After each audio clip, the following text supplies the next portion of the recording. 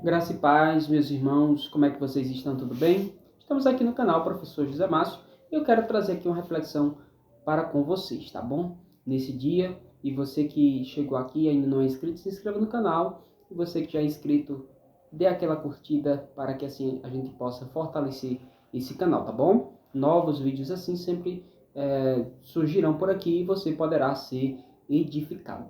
E quando somos forçados a orar? O texto que eu tomo por base é Jonas, capítulo 2, versículo 1, que diz que Jonas, do fundo do peixe, dentro do peixe, no fundo do mar, ele orou ao Senhor, o seu Deus. Qual a razão de não preservarmos uma vida de intimidade com Deus?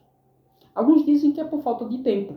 Aliás, nesse mundo pós-moderno que vivemos, a gente vive completamente com a nossa agenda cheia. É o trabalho, a faculdade, são as distrações das redes sociais, são as redes de streams, por exemplo, Netflix e muitos outros Prime Videos, muitas outras coisas que acontecem durante o nosso dia. E isso nos sufoca a ponto de não termos tempo de orar. Aliás, na mentalidade de muitas pessoas, nós temos coisas mais importantes para fazer. Nós temos uma roda de amizade, uma roda de conversa, nós temos um filme para assistir, muitas outras coisas que nos atrapalham no que diz respeito à vida de oração. A grande questão é, mas diante de tudo isso, quando Deus nos força a orar? Se nós não queremos orar, se nós não buscamos orar, se nós não buscamos essa intimidade com Deus, quando Deus, ele força essa intimidade através das angústias que sobrevêm sobre a nossa vida. Se não vejamos, no contexto geral, nós vemos Jonas, ele é um profeta de Deus, chamado para anunciar as boas novas, né, que é a palavra de Deus, e ele agora é convocado pelo Senhor para ir até Nínive, para pregar a palavra, uma palavra de repreensão, mas, contudo, a gente sabe que o projeto de Deus, o propósito de Deus era um arrependimento coletivo ali na cidade de Nínive. A questão é, ele recebe esse chamado, ele desce então para Jope. Em Jope, ele pega um navio que vai para Tarsis, e Tarsis era cerca de 3.000 quilômetros, ali no sul da Espanha. Então ele irá rodar 3.000 quilômetros ali no mar Mediterrâneo, contra a vontade de Deus, dando as costas para Deus. Em contrapartida, Nínive seria 800 quilômetros. Então seria algo muito mais próximo, seria algo muito mais perto. Mas o profeta agora, ele está decidido a ir contra a vontade de Deus. E o que acontece quando a gente vai contra a vontade de Deus? No contexto geral, eu posso dividir o livro de Jonas em 4 partes. Primeiro, no capítulo 1, nós vemos Jonas, ele está de costas para Deus. Ele vai, ao invés de ir para Nínive, ele vai para Tarsis. Ele tenta ir para Tarsis. No capítulo 2, nós vemos Jonas de joelho. No capítulo 3, nós vemos Jonas, que é colocado em pé por Deus, e dizendo, agora você vai ter que ir para Nínive. No capítulo 4, nós vemos Jonas sentado, revoltado com Deus.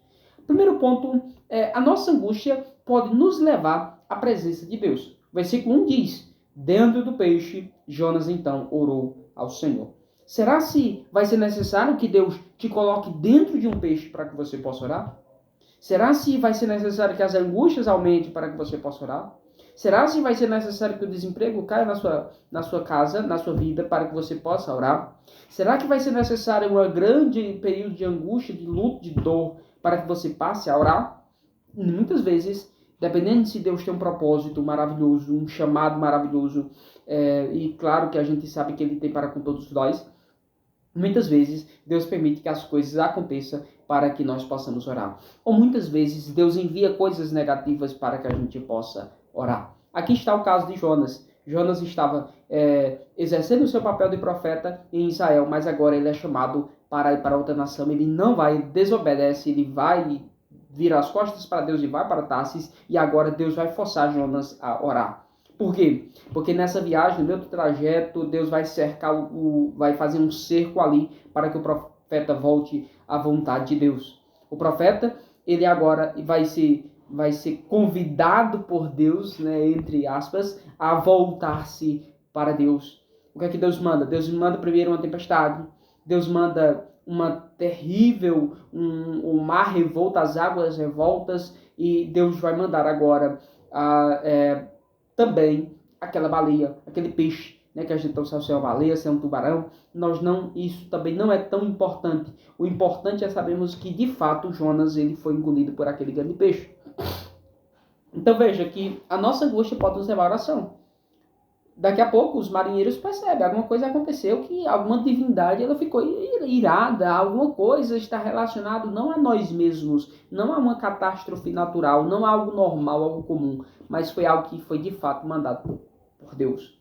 Eles não entendem isso, mas como nós sabemos, Deus colocou a sua identidade em todos os homens e de fato eles entenderam que de fato era alguma coisa maior, uma divindade enviada aquela tempestade. Quando ele chega diante de Jonas, Jonas faz uma oração, Jonas faz um sacrifício, Jonas, quem é você? Né? De fato eles perguntam, eu sou Jonas, servo de Deus, mas eu tenho uma certeza, a certeza que ele diz que tem é se jogarem, se vocês me jogarem no mar, se essa tempestade vai se acabar. Veja que primeiro ele foge da presença de Deus, foge da vontade de Deus, segundo, ele vai dizer para aqueles homens, joguem no mar. Por que ele estava dizendo aqui? Para, de fato, acabar aquela tempestade e, de fato, ele ir para o mundo dos mortos e, de fato, a vida dele como profeta se acabar. Mas os planos de Deus, com certeza, são muito maiores do que os nossos. Primeiro, quando foi chamado, nós vemos que Jonas não orou quando foi chamado. Segundo, nós vemos que Jonas não orou quando desceu para Jope. Terceiro, nós vemos que Jonas não orou quando a tempestade iniciou. Os marinheiros oraram. Disseram, ora ao teu Deus também. Ele não orou. Quarto, quando os marinheiros começaram a invocar os deuses pagãos e pedir para Jonas orar, ele não orou, né? Quinto, quando foi lançado do mar também, Jonas não orou, mas orou incessantemente na angústia, quando estava no limite da vida. Aprendemos com isso que o sofrimento amolece o nosso coração, assim como o sol amolece a cera, assim como aquele ouro que é lançado no ourives e ele é queimado para ser extraído. Algo maravilhoso, assim somos nós. Deus envia a angústia, Deus envia o sofrimento para produzir coisas na nossa vida. Ele quer produzir o reino dos céus no nosso coração, que muitas das vezes ainda é terreno. Mas alguns exemplos que eu quero citar para vocês. O primeiro exemplo é o exemplo de Lutero. Quando ele ainda era não convertido, ele já tinha orado várias vezes, tinha clamado várias vezes, e ele fazia orações incessantes, mas diante de uma tempestade, que cai um relâmpago do seu lado, ele começa a clamar, ele faz uma oração, e ele ora, ajude-me. Então essa foi de fato a primeira oração, do fundo do coração de Lutero. Lutero então foi tocado naquele momento para fazer uma oração, porque ele percebeu de fato que a vida dele não faria sentido sem a presença e a graça de Deus. O segundo exemplo, John Newton. John Newton ele foi um grande pregador e compositor que viveu ali por volta de 1948, né? Não muito distante de nós. E ele estava numa noite no Oceano Atlântico, ele que saía e vinha buscando escravos, captando escravos de todo mundo. Naquele momento, ele se depara com uma grande tempestade. A bordo do navio estava o jovem cruel. Eles mergulharam em um desses vales de ondas profundas, uma grande tempestade, e o capitão tinha certeza que eles nunca viriam a tornar novamente, mas eles vieram.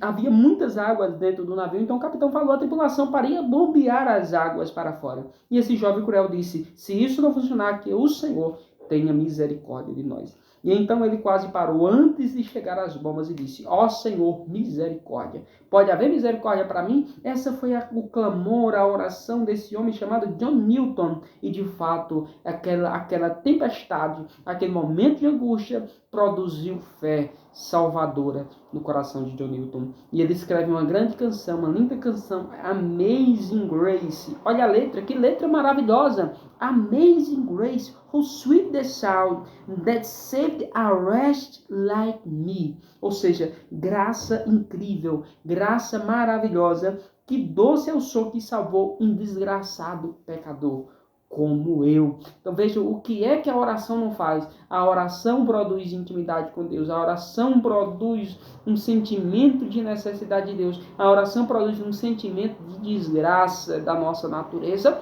mas um sentido espiritual profundo e maravilhoso. Deus então permite o sofrimento para que nós passemos a orar. A oração de Jonas não foi provocada pela afeição que ele tinha pelo Senhor, mas pela aflição. pela aflição. Outro ponto importante é que Jonas orou no local menos importante ou no local menos provável. Veja que a oração dele do local menos provável foi atendida. Abraão orou no deserto, Salomão orou no templo. Nós temos outro exemplo, Cornélio orou em casa, Jesus orou no jardim. Não importa onde você está, o que importa é se você se dobrar diante de Deus. Às vezes não dá nem para dobrar o seu corpo, mas se você dobrar a sua alma diante de Deus, de fato Deus te concederá coisas maravilhosas. Segundo, o nosso grito encontra sempre os ouvidos abertos de Deus. Versículo 2 diz, eu me desespero, ou em meu desespero eu clamei ao Senhor, ele me respondeu. Do ventre da morte gritei por socorro, e ele ouviu o meu clamor. A linguagem aqui é de um pai, como um pai do filho pródigo, que está esperando o filho de volta para casa. Então veja que ele clama no seu desespero, assim como aquele filho pródigo clama. Ele olha assim para as bolotas, né, para a lavagem, e ele deseja comer aquilo, ele não pode comer aquilo, e ele olha e diz assim, se eu fosse um simples escravo na casa do meu pai, eu teria com certeza infinitamente coisas melhores do que essa. Eu vou fazer o seguinte, eu vou voltar à casa do pai e dizer, pai, pequei contra o céu perante ti. Já não sou digno de ser chamado de filho, mas trata-me como um dos teus empregados. Então veja que por mais distante que nós estejamos de Deus, que é pelo distanciamento que nós mesmos provocamos, mesmo assim, Deus ainda permanece esperando o nosso clamor. Como aquele pai que estava com os braços abertos, que estava com vestes novas para o filho, estava com anel novo para o dedo do filho, com sandálias novas para o pé, e ainda disse, mate aquele novilho que eu deixei reservado para o dia que meu filho retornaria. Então, na verdade, a disciplina de Deus é sinal do amor de Deus. Então, quando no versículo 3, Jonas diz assim, jogaste-me na profundeza, no coração dos mares, correntezas formaram um turbilhão ao meu redor, todas as ondas e vagas passaram sobre mim. Então, veja, correntezas formaram um turbilhão ao meu redor. Ele estava dizendo assim, Deus me cercou de todas as formas. Jonas percebeu que a tempestade não tinha sido enviada por fenômenos naturais, mas por Deus. Não foram os marinheiros próprios que lançaram Jonas no mar, mas o próprio Deus, com o intuito de restaurá-lo, foi que ele lançou Jonas ao mar. Veja que o sofrimento, na verdade, é o meio pelo qual Deus produz frutos de arrependimento em nosso coração. Tiago, capítulo 1, versículo 2 a 4. Meus irmãos, considero motivo de grande alegria sempre que passares por qualquer tipo de provação, pois sabem que quando sua fé é provada, a perseverança tem a oportunidade de crescer. E é necessário que ela cresça, pois quando estiver plenamente desenvolvida, vocês serão maduros e completos sem que nada lhes falte. A aprovação não é Deus tirando coisas boas em nós, mas Deus produzindo frutos de justiça em nós, ou tirando aquilo que não agrada a Ele de nós. Assim foi o caso de Jonas. Deus estava tirando a arrogância, Deus estava tirando o patriotismo exacerbado, Deus estava tirando aquilo que não agradava a Ele do coração de Jonas. Da mesma forma, Deus, a disciplina de Deus, tudo aquilo que Deus formulou, não foi para destruir Jonas, mas para discipliná-lo e para restaurá-lo. Uma quarta coisa que eu achei muito interessante, a maior tragédia da falta de oração é nos afastar de Deus. O versículo 4 diz, eu disse, fui expulso da tua presença, contudo olharei de novo para o teu santo templo. Veja que Jonas, o que ele mais queria era se afastar da presença de Deus, porque ele foi de Jope até Tarsis, ou tentou ir para Tarsis, mas o que ele queria de fato era se afastar da presença de Deus e ir para o lugar mais longe possível para que Deus não pudesse intervir na sua vida e dizer, Jonas, você vai ter que pregar em Nínive. Eu vou para o lugar mais longe porque eu quero me afastar da presença de Deus, da intervenção de Deus, mas onde fugiremos nós? O Salmo 139, ele expressa bem isso. Se eu subir ao monte, tu lá estarás. Se eu deixar as profundezas e eu armar a minha cama no céu, o Senhor lá está. Aonde nós iremos? Aonde nós iremos? Para onde fugiremos da presença de Deus? Impossível. Jonas fugiu da presença de Deus e agora lamenta por experimentar aquilo que ele tanto queria. Veja que assim somos nós. Nós queremos nos afastar de Deus através dos nossos pecados, transgressões, Mas quando de fato estamos no fundo do abismo, sem Deus, sem sentir Deus, sem sentir a graça de Deus, sem sentir o favor de Deus, sem sentir a presença de Deus, de fato nós nos angustiamos e choramos. Pelo versículo 4, entendemos que João estava com saudade do templo que no Antigo Testamento representava a presença de Deus. Então ele agora está clamando, dizendo assim: contudo olharei de novo para o teu santo templo. Uma esperança que foi brotada no coração de Jonas, através da graça de Deus, é claro, que ele disse: eu estou longe de Deus, mas um dia eu poderei de volta olhar para o santo templo. Então a maior tragédia da falta de oração é que ela nos afasta de Deus. A falta de oração, a maior tragédia não é nos deixar desempregados, não é nos deixar angustiados, não é nos deixar sem condições financeiras ou emocionais. A maior tragédia da oração, da falta de oração, é que a gente vai sentindo menos Deus. Quanto mais tempo a gente passa sem oração, menos a gente sente Deus. Deus restaura agora o profeta através da oração. Versículo 7 a 10, para nós encerrar: quando a minha vida já se apagava, eu me lembrei do Senhor. A minha oração subiu a ti e ao teu santo templo. Aqueles que acreditam em ídolos inúteis desprezam a misericórdia. Mas eu, com canto de gratidão, oferecerei sacrifícios a ti. Eu prometi e cumprirei totalmente. A salvação vem do Senhor. A tragédia daquele que foge de Deus é um caminho de descida. Veja que Jonas desceu da sua cidade para Jope, depois desceu para o navio, em seguida para o porão do navio, ainda para as entranhas do mar e por último para o ventre do peixe. Mas a partir da oração ele retorna a subir, pois a mão de Deus o alcançou. Então veja que a partir do versículo 6, quando a minha alma já se apagava, eu me lembrei do Senhor, e a minha oração subiu ao teu santo templo. Então ele de fato, ele experimenta essa restauração através da oração. E você, meu amado, eu quero lhe instigar nesse momento a viver uma vida de oração. A viver sem oração é muito perigoso. Principalmente os ministros do altar, os pregoeiros da palavra, professores de escola bíblica, dirigentes de culto. Você necessita de oração. Deus abençoe a todos.